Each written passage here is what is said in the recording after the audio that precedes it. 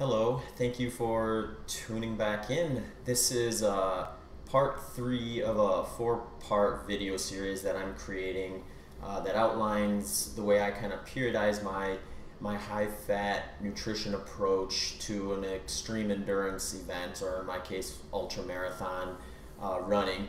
And if you are viewing this video as the first of the videos you viewed, I would highly recommend checking out parts 1 and parts 2, as they kind of put into context the hows and whys and the kind of the thought process behind why I do things the way I do during this phase.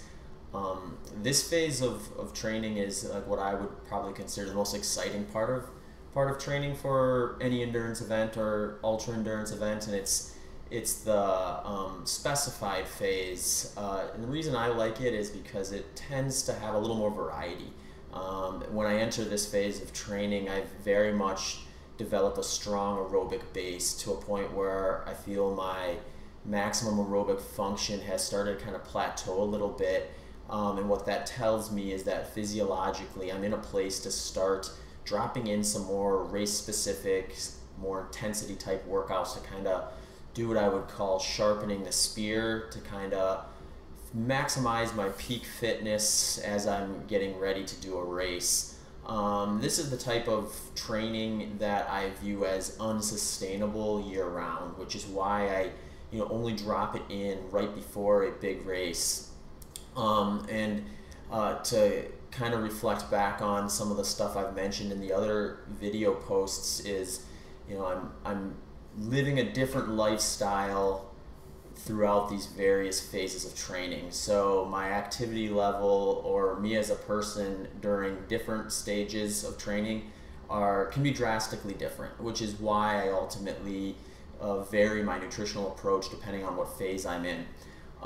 This phase has the most intensity in it out of all the phases.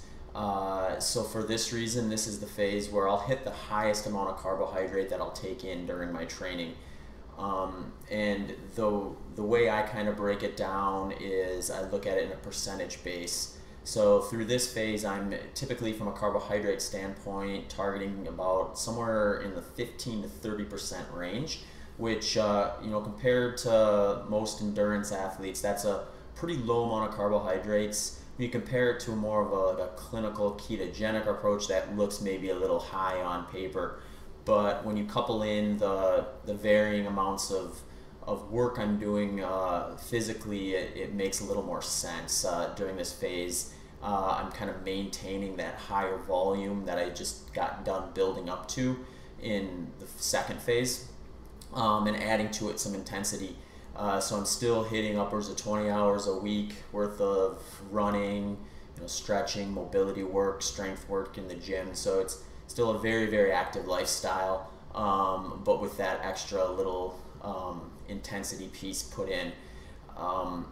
During this phase, my protein needs usually range between about 10 to 20%, and my fat still remains the highest macronutrient in my intake, and that kind of blends between 50 and 75%, depending on what I'm doing within this phase itself. And the way I kind of explain those ranges, because they tend to be a little wider than in some of the other phases, is that I try to get those higher amounts of carbohydrate ranges during or in close proximity to some of the more intense work. So for example, if I were doing a big training week and I'm going to do a workout on one of the days that would be something like 5 by 4 minutes at an 8 to 9 of 10 perceived effort, those would be the day or the time frame where I would probably be skewing to higher ranges of the carbohydrate in that 15 to 30% range. And then maybe the following day where I'm probably still going to go for a good long run, but not necessarily force the pace at all. And definitely be focusing more on recovery, active recovery. That's when I would skew down towards the lower part of the carbohydrate window during this phase. And the fat kind of takes care of itself when I'm working within those windows, because then if I'm doing the lower end of the spectrum on carbohydrate, I'm probably on the higher end of the spectrum on the fat percentages. And and vice versa, with the higher end of the carbohydrate being the lower end of the spectrum for the fat percentages. Like I kind of alluded to in the last video, I'm definitely keeping in mind that I want my body to remember that fat is its primary fuel source. That's that relatively infinite source of fuel that you have available to you when compared to glycogen stores. So I want my body to remember that it should still maintain a high level of fat metabolism. But I'm also kind of continuing that process that I started in the second phase, where I want my body also to be able to recognize carbohydrates as a fuel that it can use when it needs it in intensity sessions. And I feel like that's what gives me the ability to feel kind of bonk proof on those longer, slower efforts, but also be able to hit that highest gear when I need to. I have that access to those glycogen stores. And you know, it's a little bit of a murky area in terms of the science nowadays. You know, there's not a whole lot of research available that does what I would consider a really, really deep, all-inclusive look at this. You know, some people will say that, you know, like metabolic flexibility, as I would call it, isn't necessarily possible. Like if you go too heavy on the carbs, then you're just unable to get back into ketosis or get back into a high fat burning mode when needed. And if you get too high into the fat burning mode or ketosis, then you lose your ability to kind of access those glycogen levels. And I haven't seen that in my own training and with clients that I've worked with. Generally speaking, when I'm really set myself up well by doing that first phase of focusing heavily on getting as fat adapted as possible, and in that second phase kind of reintroducing small amounts of carbohydrates, what I find is, like, if I do have like a deload week where I'm going to drop my carbohydrates back down for a little bit, when I test my ketones, I'm more than able to get back into ketosis. And then when I do have a point where I'm going to ramp back up and add some of those intensity sessions, all I have to do is reintroduce some of those carbohydrates at what I would consider a relatively low amount for most endurance athletes, that 15 to 30% range. And I'm able to get my heart rate up and not turn over fast enough to be able to hit some of those more intense workouts. So to me, that tells me that my body is able to be metabolically flexible.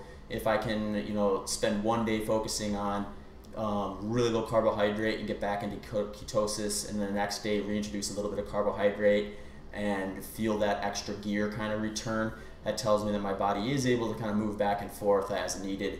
And that's the kind of place I'm looking for in this type of a phase in my training.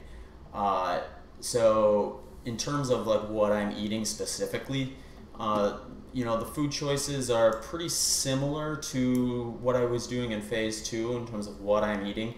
What I am doing is I'm becoming a little more liberal with some of the starchy vegetables, like sweet potatoes or like red potatoes.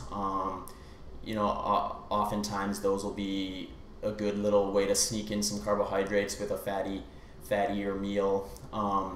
But in terms of changing what I'm eating, I don't necessarily change a whole lot of the types of foods I'm eating. It's just skewing a little more around the macronutrient side of things.